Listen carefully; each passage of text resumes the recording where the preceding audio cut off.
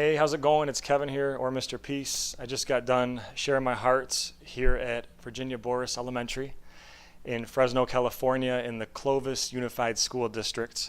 You got the home of the Chargers here. I'm inside their library right now, and if you kind of work your way around to this board, it really caught my eye, but it says B, Boris Elementary, but so many adjectives that we really focused on in today's talk. So the whole premise, the main theme was all about diversity, differences, but appreciating what's not only on the outside, how we're born, how we look, our skin color, our culture, our background, but also what's on the inside, that we still see people for their heart before anything else, the one race human concept, see everyone as human beings before anything else too, but that we also appreciate all their skills and talents and gifts and abilities, and we try to lift them up higher than ourselves, like the peace sign, right? 2 fingers for peace, to have one finger be yourself and the other to raise someone up even higher than yourself by how you choose to treat them.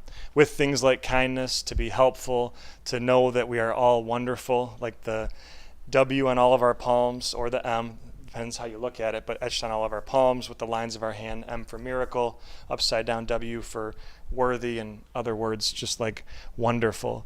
But again, it was just awesome to embrace their whole be bold and really just to be kind. That's the mentality here at the school, and the vibe I got from so many students and teachers and administrators, that they want to not only teach what's in these books here, but to teach the heart element of how do you treat people, that we treat others the way that we want to be treated, and we always choose love over hate. We choose peace over darkness, and that healed people can truly heal people. If we let that light in, let that love in to heal our hearts, and then go out and start sharing that gift and sharing our light with other people. So thanks for touching my heart.